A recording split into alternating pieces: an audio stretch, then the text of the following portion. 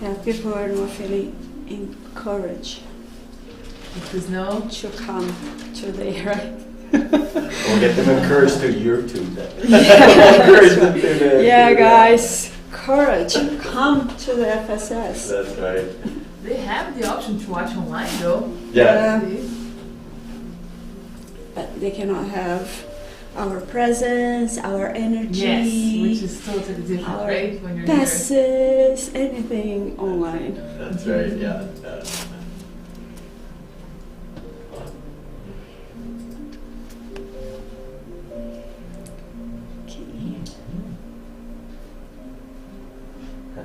Well, we could try to send them the good vibes through the computer then. Okay. We always do it. That's right. I think it's great. Makes it more accessible for sure. Oh yeah. Compared to 30 years ago, you only had these options, right? That's right. Now and it's good because some people have kids and makes very complicated. Yeah. To come. No, you're right. But you're right. I do like the in-person experience. It adds something to it. Oh yeah. The feeling that surrounds us. Yeah. It's really important. Yeah. Okay, there are more people coming.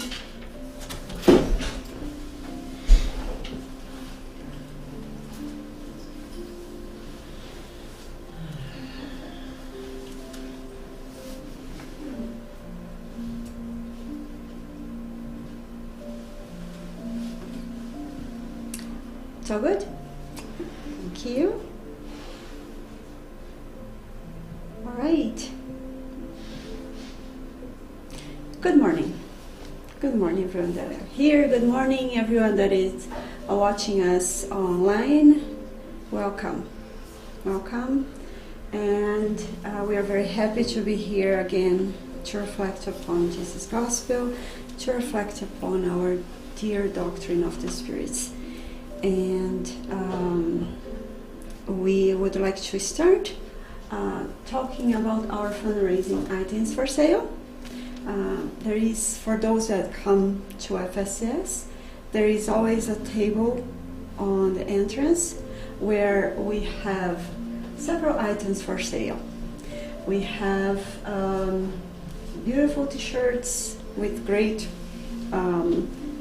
advices about reflections, about some advices from Spiritism that were produced a bit by ours, and mainly for Carol, the artist, the FSS artist. And we have masks for those that still need to wear masks. We have some, have beautiful tote bags. They are wonderful and very useful. I always use mine. And there are some crochet spa kit. It's really nice for any, if you need anything for gift. It's a very good way to, to give to someone as a nice and handmade gift, and also help us with our fundraising. So those items were all made by us. Where most of the masks were made by Renata, that she's not here with us, but she's coming back soon. But she had her beautiful work here for us to help us. So let's make the difference together as one. And if you need anything, please let us know. And let us start our presentation here today. All right, so let's start with the preface of this book. This is a book written by Francisco Cândido Xavier, actually by diverse or several spirits, and Francisco Cândido Xavier is the medium that collected all the messages, and the name of this book is Courage, or Coragem in Portuguese. Unfortunately, we don't have it in English version. But this book has 50 messages, short messages, to encourage us, right, in this context of courage. So we can see by them that how important is this virtue, how important it is for us to exercise it. And we translate in English the preface of the book that was written by Emmanuel, which is very much as it's in the context of what we are gonna be reflecting upon today. So, the preface of the book written by Emmanuel starts like this. Friend, it is true that in your dealings with God, you asked for the gift of health, and health is one of life's greatest treasures. You prayed for the blessings of peace, and peace is the foundation of all balance. You begged for the support of affection, and affection is a sublime refuge. Deprecated the light of understanding, and understanding is the basis of security. You asked for the privilege of freedom, and freedom is the force that measures your enhancement. You implored the protection of sympathy, and sympathy is the stimulus for action. You requested support of the culture of intelligence, and culture is the instrument that makes discernment. You request help from work, and work is the engine of progress. However, that you may obtain health and peace, affection and understanding, freedom and friendless, culture and work, you don't do without a lever, which you'll not always remember in petitions to divine providence. The lever of courage, the courage to serve and live. That's why, dear reader, we offer you the simple pages of this book. They translated our appeal. I appeal to our best forces, so that never give up in the face of struggles and trials that are necessary for our self-transformation, because even when beset in all directions through difficulty and disharmony, death and suffering, there will always be a way of remake and liberation that hope opens up before the mercy of God. Uberaba, August 1, 1971, Emmanuel. So let's do our initial prayer.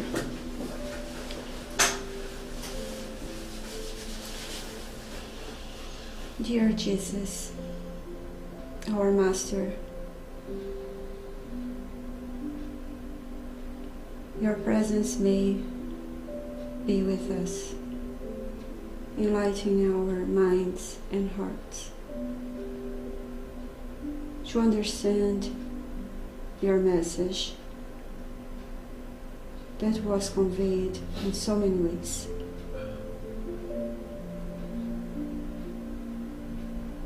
You have been with us and helped us to understand the God's law by exercising it, by serving us with your divine light, infinite love. May us learn from you. May us open our hearts to follow your steps, to attend your call. We ask you, Master, in this moment, give us the courage to look inside ourselves, to see us the way we are, sons of God, daughters of God, with our potentialities and imperfections. Help us, Master, to reflect upon your message and apply it to our own hearts. Help us with encouragement to follow your teachings now and ever. Be with us. So be it.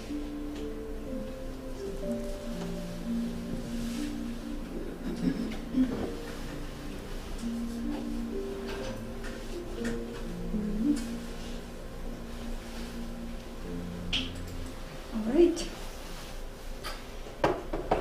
Perfect. So today we are going to reflect upon this passage. I don't know if you ever read this passage before. So this was extract from the Gospel of Mark. This is regarding the healing of blind Bartimaeus. We can see in Mark chapter 10, verse 46 to 52. It's a text that is very dear to my heart. I have talked about it twice already, and this is the third time. But every time that we go back and we study the text and a passage from the gospel or a parable or any teachings, we learn something new. Every time we have something new there that we haven't seen before. And this one, this new aspect of this passage was brought by Arthur Valadares in one of his talks.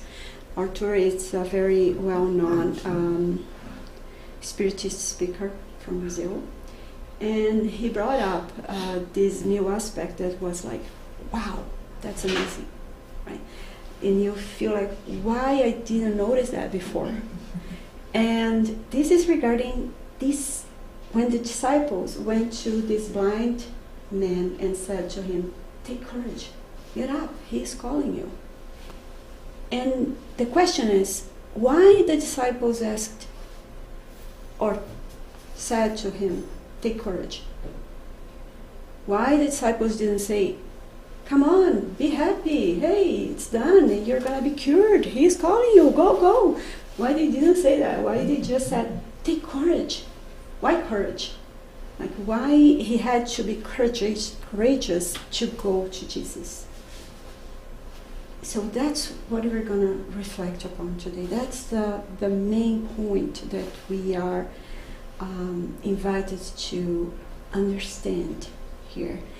And I learned so much from this passage, and I'm really happy to be here and be able to share with you and know what you think about it and reflect together. So it's important to say that this word, the verb here, take courage, we don't find in many translations. I was able to find in translation of the Bible, New American Bible, Revised Edition. They used this word, take courage, but other versions, other translations, they use other words like be in a good comfort or cheers up. And this is, and I used this one because it's related to the most of translations of the Bible in Portuguese. In Portuguese, most of them bring this term, take courage. And why it's important, why did I choose take courage? Because courage in the Oxford Dictionary will say that it's the nation of the heart as the seat of the feelings, meaning the courage has its root, the meaning of this root in the heart. So the first beginning of the word cor means heart, and age means action. So in Portuguese makes totally sense because coragem in Portuguese means coração and ação. So it's a way to act with your heart. So courage is not only regarding a adventure sports or a race or something that is more related to feeling the adrenaline. It's much more deeper than this, much more profound. Is the feeling of our hearts, is to act with our hearts, believing in ourselves, in God, in our essence. So it's an act of faith. And the blind of Bartimaeus, he used his faith in Jesus. He was certain, he was sure that he would cure him. And he acted with this purpose of his heart. So that's the reason that I would like to bring some important questions here that I hope I can answer during our talk today. That you don't need to answer, it's just important for you to have in your mind and maybe provide some on your comments or any questions that you may have regarding this. And I can say that to you that are that is watching us online through YouTube. Why this virtue is so important and why it's necessary to exercise it in order to follow Jesus. How do we feel without it? And what Spiritism will teach us about it. And I would like to also here provide where we got those reflections from. Is this book Courage from Francisco Canto Xavier. We also found some information from this book Self-Discover or Autodescobrimento from Joana de Angelis, psychographed by Divaldo Pereira Franco. In this lecture of Arthur Valadares, Courage, He's Calling You, kind of the same name of our talk today. So, before we start, I just would like to ask you to have the main points of this talk in mind. First of all, not to think about this passage as something that happened 2,000 years ago and that has nothing to do with us. Nothing, this man, this blind Bartimaeus, I don't have nothing in common with him. I'm not a beggar, I'm not a blind man. I don't have nothing to do with that context. Try to open your mind to have this circumstance, to bring this circumstance to our days today, and to see what that happened there has to do with me today. How can I apply that moment and that teachings to my life? That's the main purpose. Peter said that Jesus' words are for eternity. So also his teachings and his actions. So let's see what we can learn from this moment. This is not a parable, this is a fact, this happened. However, there are lots of symbolisms on it. Some information that we need to read between the lines. And this is the great thing that the Spiritism offers to us, because there is the revelation that the spiritual world brings to us, the meaning between the lines, the meaning of all the teachings from Jesus. And Spiritism provides us with this great opportunity to understand better Jesus' teachings, because most of us, we read the Bible, but we don't understand.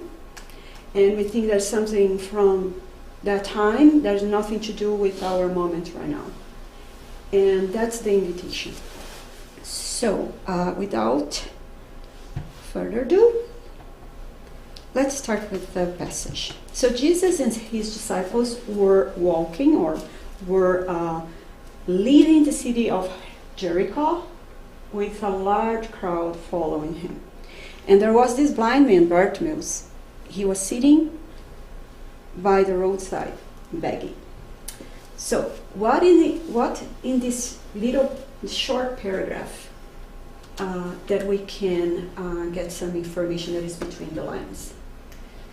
So first of all, Jesus were leaving the city of Jericho. What this city represents? The city of Jericho was used by Jesus in so other many ways. He used the Jericho to represent the material part of our lives. And he used that to talk us or to teach us about the Good Samaritan, when the Good Samaritan was leaving Jerusalem and going to Jericho. So he was leaving the city, aka City of Peace, Jerusalem, going to Jericho and going down. And why going down? Because Jericho is known as the lowest city in the world. It's city on a location geographically on a coast, and it's one of the most oldest city in the world, where there is a harbor and many ships arrived there to do currency exchanges, goods, many things related to the material part of our lives, right? People that live in Jericho, they were more concerned about money, about material things. They are not very interested in the spiritual level of our lives. And Jesus was leaving the city and leading a crowd that was going to Jerusalem above 4 meters geographically from Jericho. So they are going to the spiritual level of life. And Jesus was leading them. And the man was sitting, the blind man was sitting on the right side, in the roadside begging. And let's just see here. He was sitting.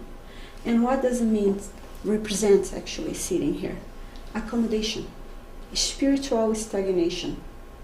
He was, however, he was sat on the right roadside, on the exit. So he was almost ready to follow, to go to Jerusalem. But he was blind, so he could not see what is the pathway. However, he was able to hear. So he used his other senses to find a way, because he was seeking. If he was not seeking, he was not being sitting on the roadside. At the same time that he was accommodated, he was also willing to exit that material part of his life and seek for other way to live, a spiritual way, which is very that actually represents our purpose in life. Because if you see the cross,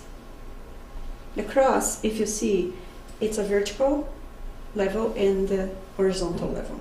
The horizontal level needs the vertical one in order to be firm there, in order to be there. Without the vertical, the horizontal doesn't sustain itself. So, how important is the spiritual level in our lives? How important is for us to be connected with our spiritual conscience, spirit, to be connected with God in order to sustain the other parts of our lives. So this is something very important that we can understand from this very short paragraph here. So we can translate, we can interpret this paragraph. However, as we are always evolving, we are always getting more and more knowledge, we can grab more and more information from this paragraph. As much as we study, as much as we understand the deep meaning of everything that Jesus has done and has said. Because Jesus, as a pure spirit, nothing that he has done was by chance. So the blind man was not there by chance. This was an encounter that was scheduled. But Jesus respects and God respects our free will. So the blind man could not act the way that he acted. He could just, hurt Jesus and let him go and just be there, keeping begging.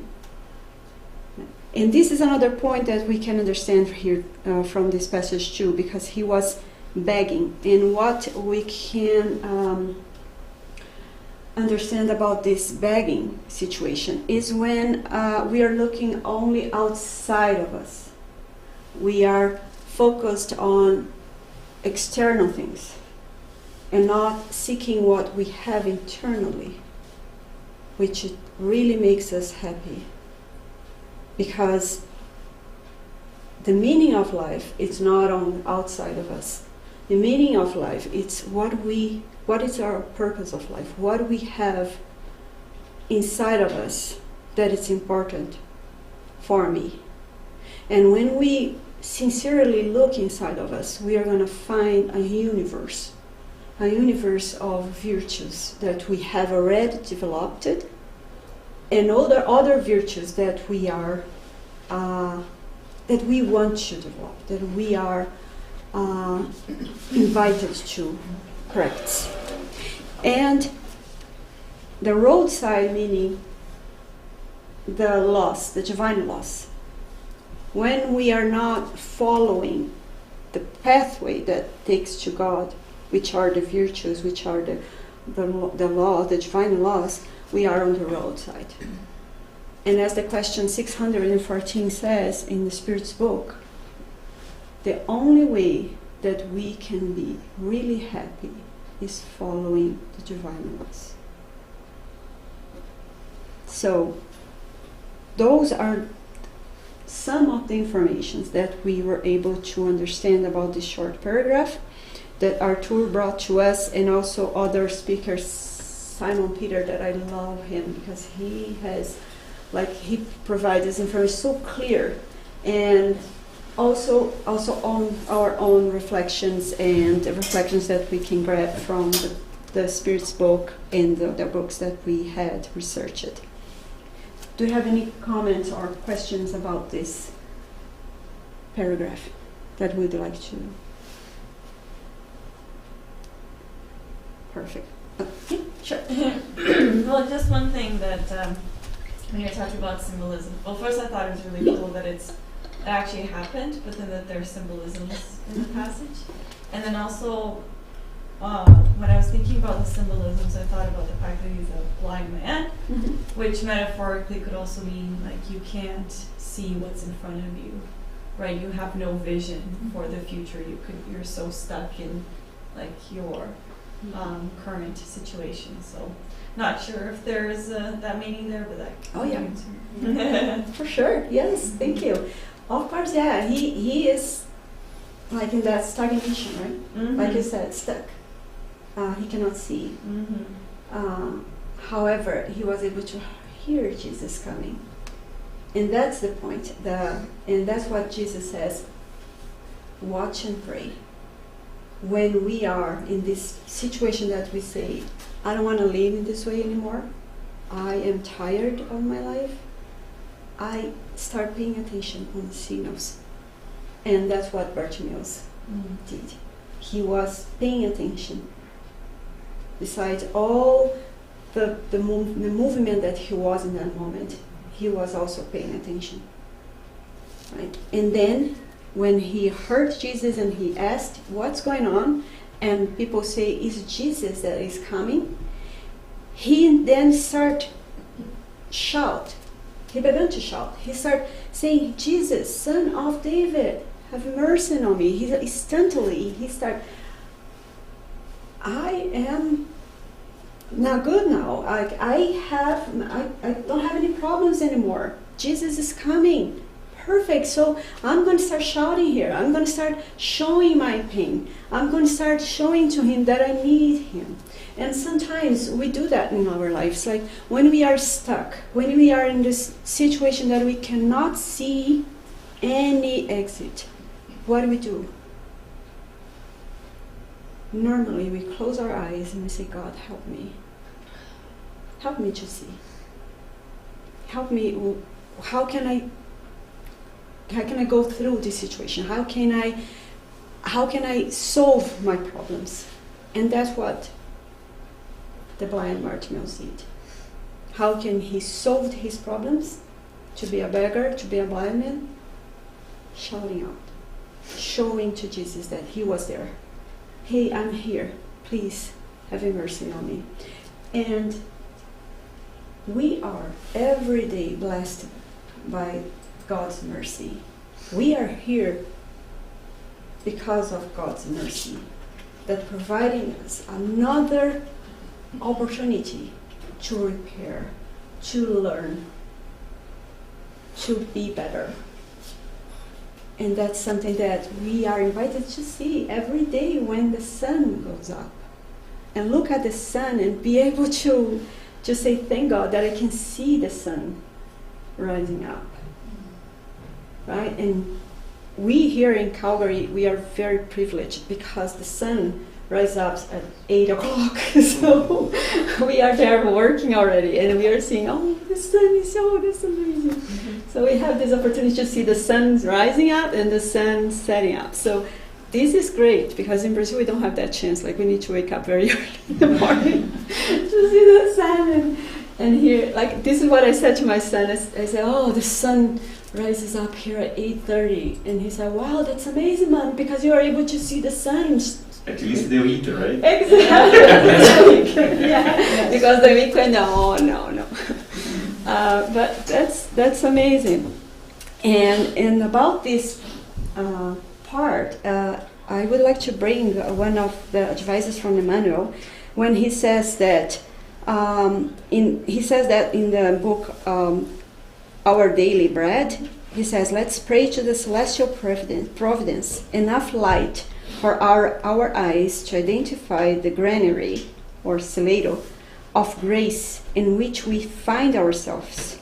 It's the intimate blindness that makes us stumble in obstacles where there is only the divine favor.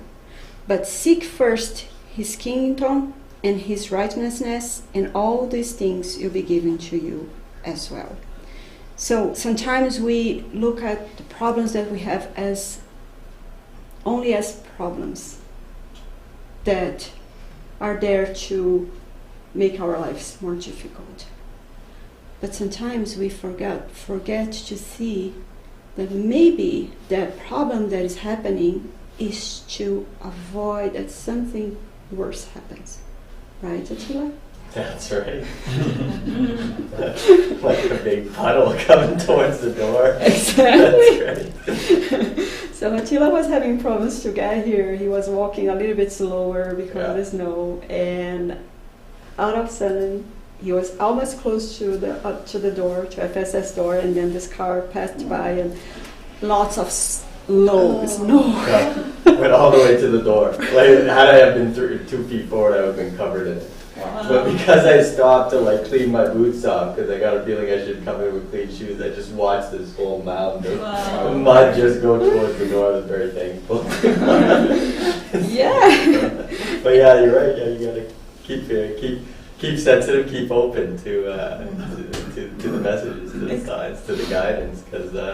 I wouldn't have known there was a puddle in a car coming towards me. That's going to cover me, but was a divine providence helping you. I believe so. I would have been covered if it was just me, but yeah. Yeah, and so many ways. Like if you look behind, if you look what we have done in our lives, and we can identify. I'm sure you guys are able to see some things that happened that was just to help us. Was there, and sometimes we don't notice that we have been helped already before the problem starts.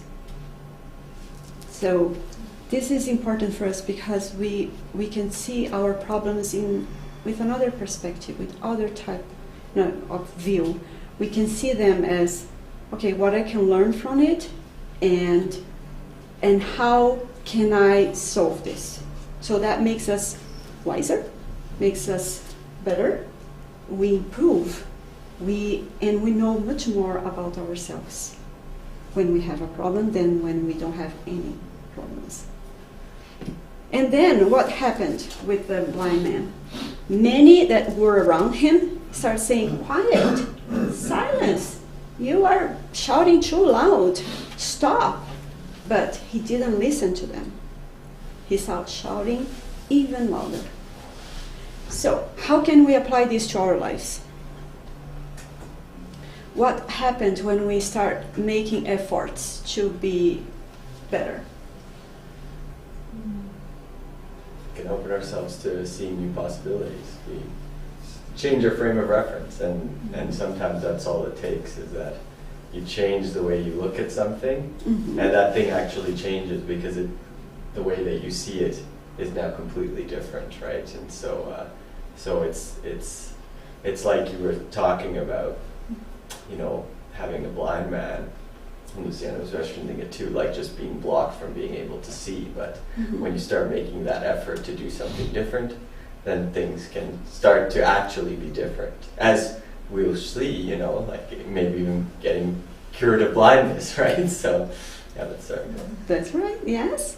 But when the thing happen, when something happen in our lives, what is the first movement? What is the first feeling that we have? First one. Like, let's get a very complicated or very challenged one. We lost our jobs. Or we lost someone that we love. What is the first feeling that we have? Fear. Despair. Yeah. Despair, sad, fear.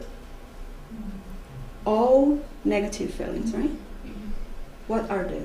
What they could represent? These many people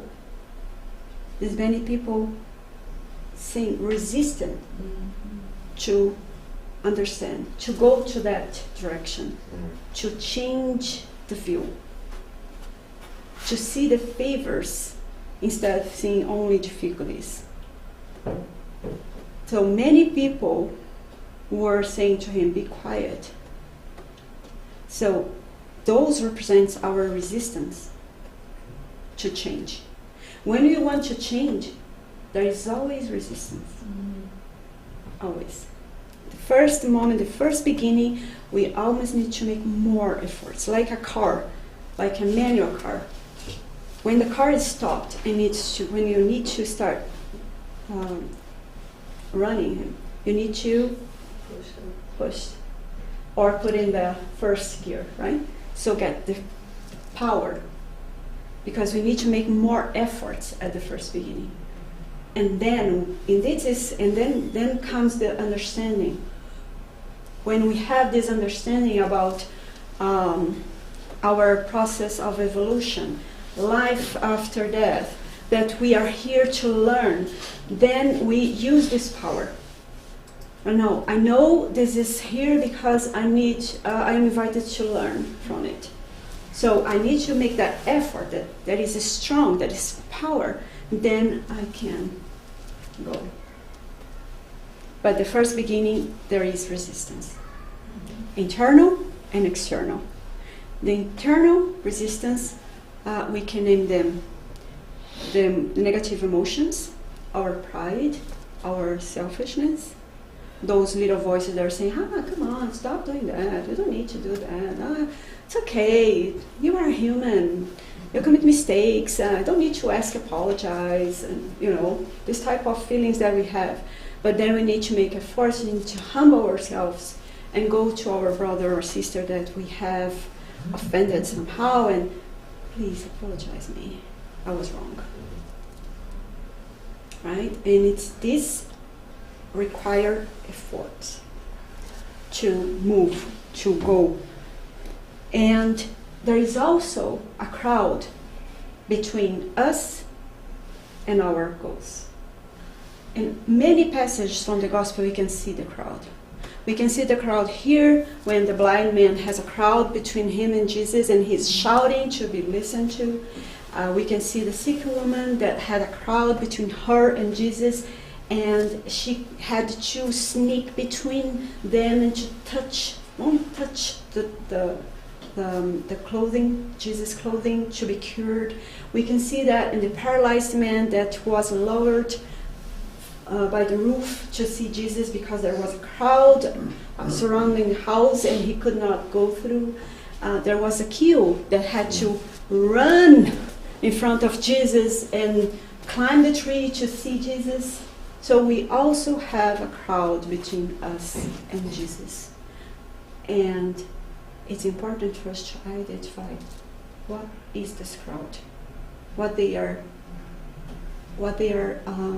prevent me seeing or reaching my goals, right? And then what happened when he started shouting even louder? Jesus stopped. Jesus stopped and said, call him. So Jesus stopped, meaning Jesus is always calling us. When we decide to hear him, he's there, waiting for us. But it's up to us to go to him. And that's the reason that the disciples told this man, take courage, because now you need to walk towards Jesus. And this pathway, this distance, you need to do. Can you imagine a blind man walking towards something that he cannot see? Jesus was there, but he could not see, so he had to be guided. And who could guide us towards Jesus? It's something that we have inside of us, every one of us. Intuition? Faith. Intuition, faith, that comes from Our conscience. our conscious, or the divine laws that are in our conscious. That is also saying, this is not good, this is good. You are in the path, you are in the right way. We always have this feeling inside of us that when we are doing good things, when we are acting towards our own happiness, we are choosing good. We have this feeling. And he took the courage and he walked. So here is another thing that is very important to see. He threw aside his cloak. The cloak here is like the kappa. The beggars, they had to use by that time, because they had to put inside of the cloak all the donations that they had received during the day, and because that identified them as beggars. So what he did, immediately threw aside. Like, I don't need this anymore. And he jumped on his feet. He was sitting, remember? He was accommodated. And then he stand up and he walked. He take action. And then Jesus asked him the 1 million question. Master, what do you want me to do for you? If Jesus was here right now, right away, if he asked us this question, what we would say?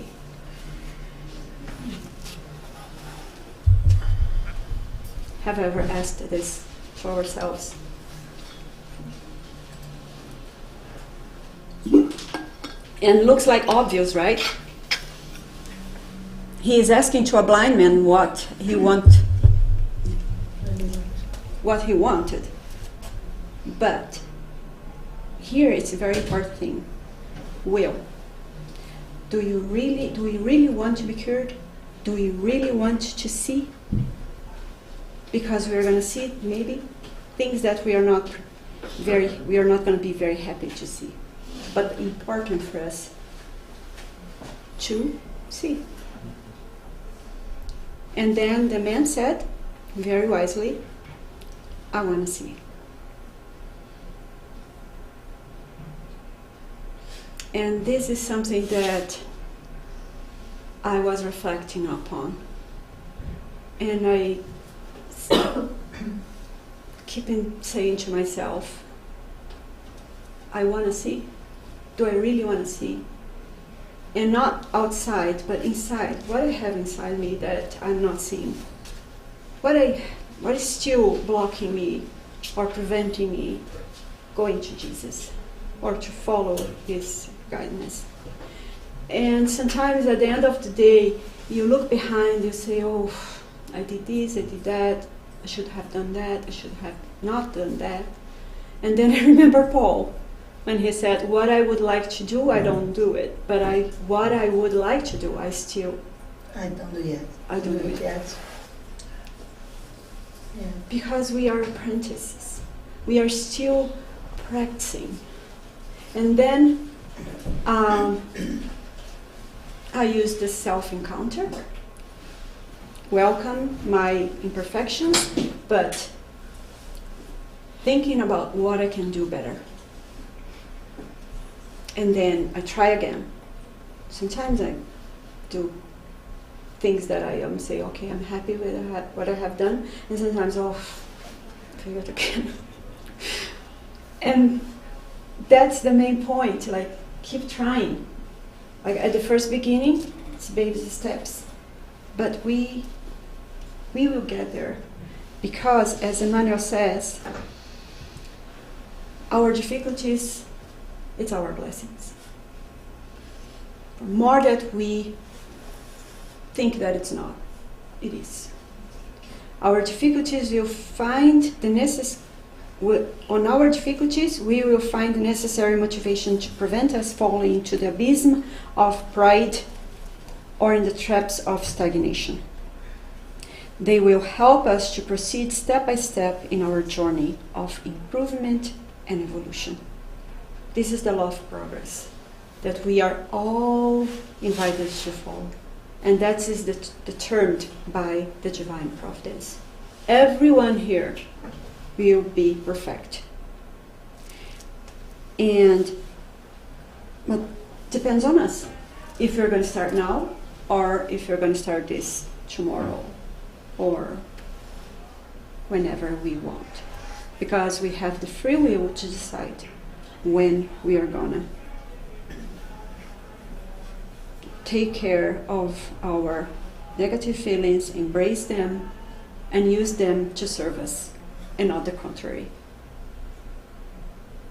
It's the courage to serve and to live that Emmanuel will tell us about in this book. When at the beginning he said that we act for health, we asked for help, we asked for health, for peace, for comprehension, for freedom, but we normally forget to ask for, take the courage to pursue it, to make efforts to eat better, to do exercises in order to have health, to be a better person, to comprehend others in order to be comprehended as well, to be in peace, but to build our own peace in order to be in peace with others. So depends on us when we start seeing our difficulties as our blessings, because that's what they do. They helped us to improve and evolve and comply with the law of progress. And we can see that too in the Spirit's book, in the question 911, when St. Augustine will talk to us about self-knowledge. He says that self-knowledge is the key to individual improvement, because the difficulties will teach us much more about ourselves than about others. When we have a difficult person in our lives, normally we tend to blame this person about the difficulties in our lives. Oh, this person is so difficult, make my life so hard. My boss, my co-worker, my father, my mom, whatever. We also trying to, or sometimes we say the government with all these rules, all the taxes, make my life so hard. We also tend to put all the responsibility in others. Normally we don't look in ourselves. We don't see inside what I'm doing that could make this situation better, to relieve the problems, or to help to have a better relationship with my wife, my husband, my family, my boss, my coworkers. Right? And that takes courage. It takes courage to look inside and say, hey, yeah, I guess I am doing something wrong here. I should have seen this better, or see what the imperfections that comes up when when I'm having that situation. So, and then St. Augustine in this in the Spirit's book will tell us his recipe. Normally, we don't have any recipe to follow. Spirits, they don't provide this to us. They give us the knowledge, the teachings, but they don't say to us, "Hey, you should do this and that and that." Right? But St. Augustine, he provides us a good recipe, like how to self-knowledge, how to know ourselves better. Check the question 919A, where he explains all the steps for those that are interested. And check. Sorry, which question? 919A Okay. from the Spirit's book. It's wonderful, and it's very clear, all his teachings there. And I would love to bring, I'm going to skip this part because I would like to talk to you about this one. So this book, Hail Christ, written by Francisco Cândido Xavier by the Spirits Emmanuel. So this book will tell us about the life of Quinto Varro, who was one of the first Christians. And in this story, there is, in this novel, we can see the story of Rufus, who was a slave Christian, and his owner decided to transform or convert all the slaves to the Roman gods, to the faith of the Roman gods. So everyone had to say that they don't believe in Christ, in Jesus Christ. They believed in the gods from Roman. But Rufus, he had provided the courage of the faith, because when all the other slaves said denied Jesus because they were not ready for that moment yet to die for Jesus. They were afraid, and they were not, like the blind of Bartimaeus, ready to walk, right? But Rufus was. Rufus was married, and he had 2 little daughters and his wife. And he was in a prison until the day that he had to confess his beliefs, that he didn't or denied Jesus and say that he was believing in the gods from the Roman. And then he didn't say that. He said, "I believe in Jesus Christ, and I'm not going to deny it. I'm not going to deny him."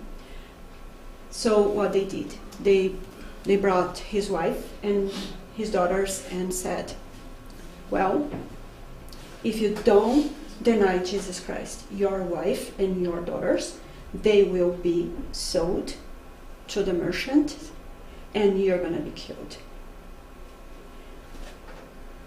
He looked at his wife, and he looked at his kids, and one of the little one came up to him and said, "Dad, you're going to come with us?" And even though he was in a huge pain inside, he said, "I cannot deny Jesus Christ." And he said, he looked at his wife and his kids and said, "Before they are my wife and my kids, they are yours, God. And I'm not going to deny Jesus Christ." Then, before he was killed, this merchant got closer to him and whispered in his ears, "Go in peace. Your wife and your kids have a place in my house. I am Christian too." Then he had a beautiful smile in that moment, and he died with the courage of the faith. He believed in God in that moment, in that situation, And he was able to see that moment as a difficult moment, but he was ready to see that God was seeing him as well. So it's a beautiful moment in this book that's so touching to our hearts, because it really gives us this faith to be so brave as he was in that moment. And that's what, to finish, that's what we are invited to see, this invitation from Jesus, because he's always inviting us. Come unto me, all you who suffer. Because he will stop and he will be waiting for us any time that we want, that we decided to shout out. In the Gospel according to Spiritism, in the chapter 6, we will see the text, gentle yoke, that I would love just to read for you guys, just to be loyal to every word that it says that is so important for us. The text starts, I am the great physician of souls. This is from the Spirit of the Truth, that we understand that is Jesus Christ. I am the great physician of souls, and I have to come bring you the remedy that will cure. The weak, the suffering, and the sick are my favorite children, and I am come to see and to save them. Come then unto me, you who suffer, and you'll find yourselves oppressed, and you'll be alleviated and consoled. Do not search for strength and consolation elsewhere, as the world is impotent to offer them. God directs a supreme appeal to your hearts by means of Spiritism. Listen to him. Eradicate impiety, lies, errors, and incredulity from your aching souls. They are like monsters who suck the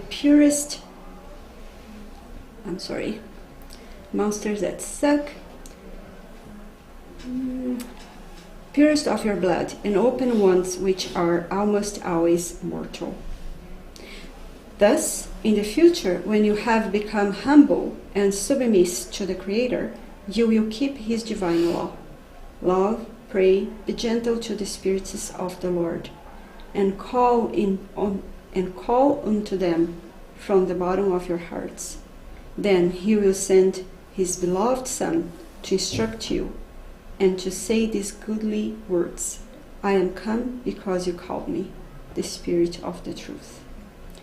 As Emmanuel said, however, it's easy to hear and repeat the come to me of the Lord, how difficult it is to go to him.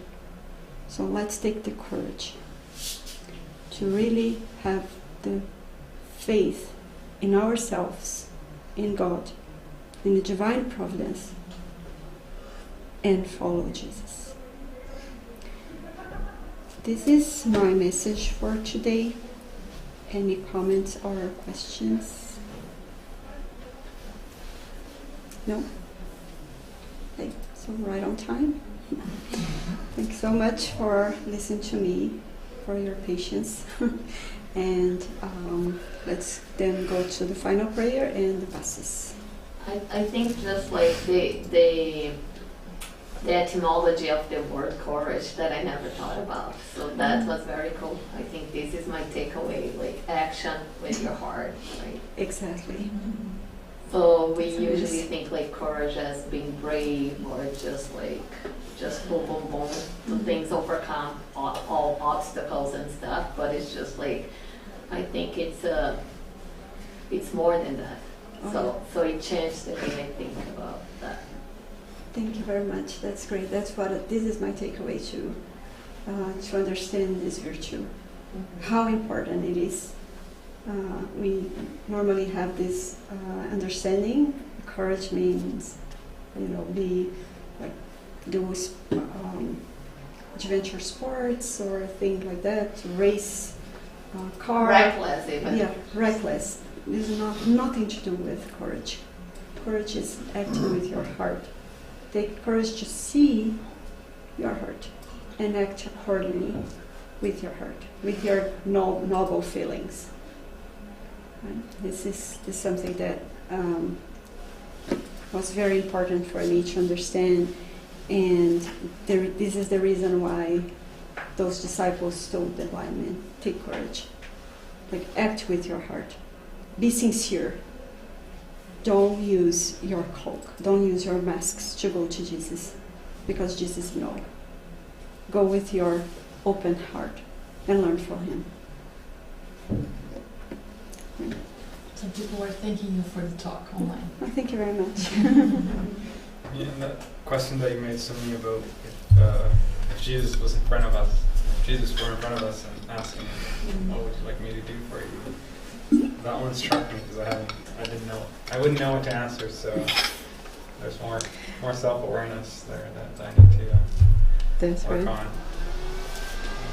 Yeah, let's keep reflecting upon it, right, because I don't know either.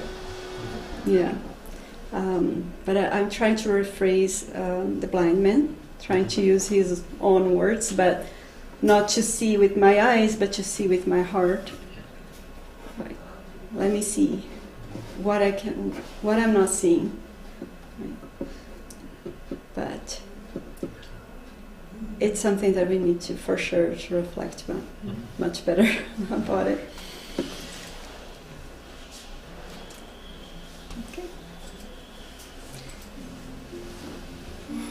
Let's again close our eyes. Think about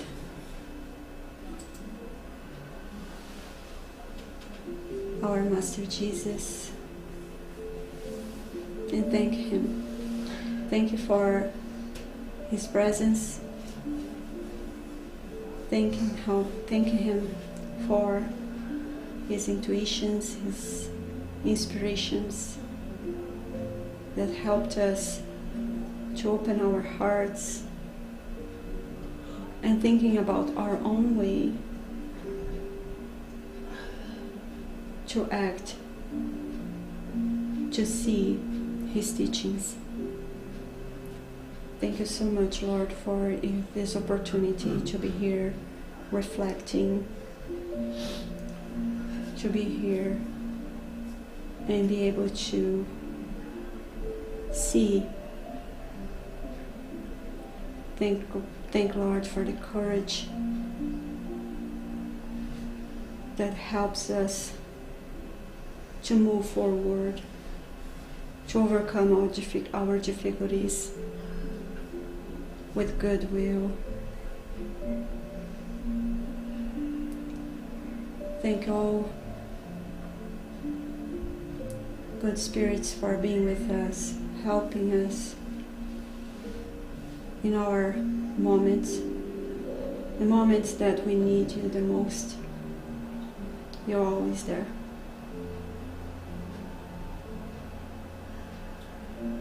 Stay with us during this week so we can use this knowledge that we just got from your gospel with our difficulties in this next week. Help us to be courageous, facing our problems and helping others with their problems as well. Helping us, Master, to practice your law, the law of love, loving God and loving ourselves and loving our neighbors. That God bless this week and everyone can go home in peace